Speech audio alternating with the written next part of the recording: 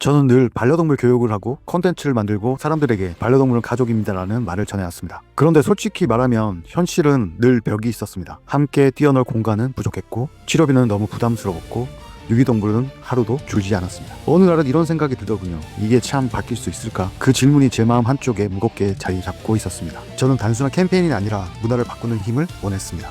현장의 갈등을 넘어 사람들의 인식을 진짜로 움직이는 메시지, 그리고 그 메시지를 책으로 남기고 싶었습니다. 다음 세대가 반려동물은 가족이라는 말을 슬로건이 아니라 상식으로 배우게 하고 싶었거든요. 그리고 2017년 3월 제가 잊지 못할 사건이 찾아왔습니다. 이재명 성남시장님과의 인터뷰. 저는 기대 반 걱정 반이었습니다. 정치인의 문장, 홍보용 멘트가 아니라 사람이 말하는 삶이 나오길 바랬습니다. 시장님의 말은 거창하지 않았습니다. 오히려 너무 현실적이어서 제 마음을 크게 흔들어 놓았습니다.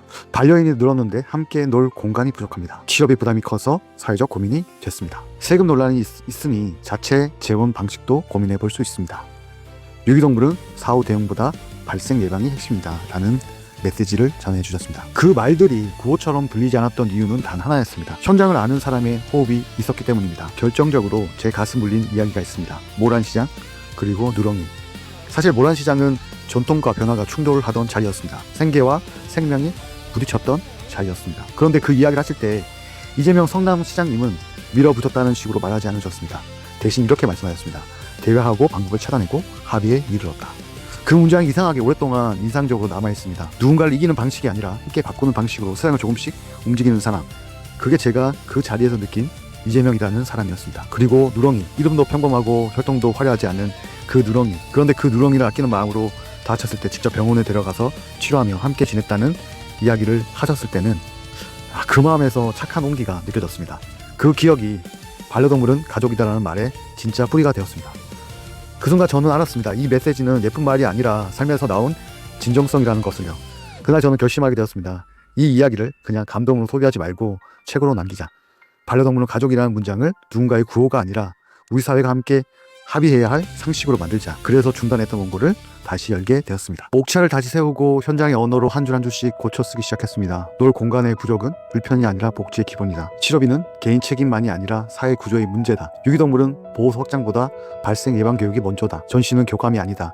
교감 중심으로 가야 된다. 그렇게 책을 쓰는 제 손이 달라졌습니다. 예전엔 비판이 더 많았다면 이제는 가능성을 쓰게 되었습니다. 이재명 성남시장님의 전해주셨던 모란시장에서 배운 합의의 방식, 배운 관계의 본질이 제가 쓰는 문장의 방향을 바꾸게 되었습니다.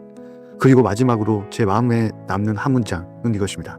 반려동물은 관리 대상이 아니라 말 못하는 아이들의 가족이다. 사실 저는 한때 너무 힘들었었습니다. 16년 1월 아이가 태어나 가장이 되었고 동물보호법 제정에 누구보다 열심히 앞장섰지만 너무 가난해서 꿈을 포기하고 싶었던 시절이 있었습니다. 경제적으로 너무 힘들어서 인천공항에서 접시를 닦으며 일하던 시절도 있었습니다. 그렇지만 저는 늘 묵묵하게 길을 걸어왔습니다. 부족한 제 이야기를 누군가는 들어주고 힘이 되어준 사람들이 있었기 때문입니다. 그리고 그 중에 하나가 바로 제가 2017년 3월에 만났던 그 사람, 바로 이재명 성남시장님이었습니다. 그때 너무나 평범했던 저를 진심으로 대해주시던 그 표정이 아직도 생생합니다. 누군가 훌륭한 사람을 만나면 이런 생각을 하게 됩니다. 나도 저런 마음과 태도를 본받고 싶다. 그때부터 이재명 대통령님은 저에게 롤 모델이었습니다. 대단하지도 않았던 평범한 청년의 이야기를 들어주시고 조언해 주시는 것만으로도 저에게는 너무나 큰 힘이 되었습니다. 그래서 오랜 시간 동안 대통령님을 묵묵히 응원해왔습니다. 그날에 전해주셨던 반려동물에 대한 진정성을 알기에 저도 부끄럽지 않은 사람이 되고 싶었습니다. 그래서 저는 글을 써왔습니다. 반려견 바이블, 빅데이터를 보는 반려동물 산업과 미래, 펜노스, 하늘나라에서 반려동물이 보낸 신호, 반려동물 행동학 책을 쓰는 것으로 제가 있는 자리에서 노력해왔습니다.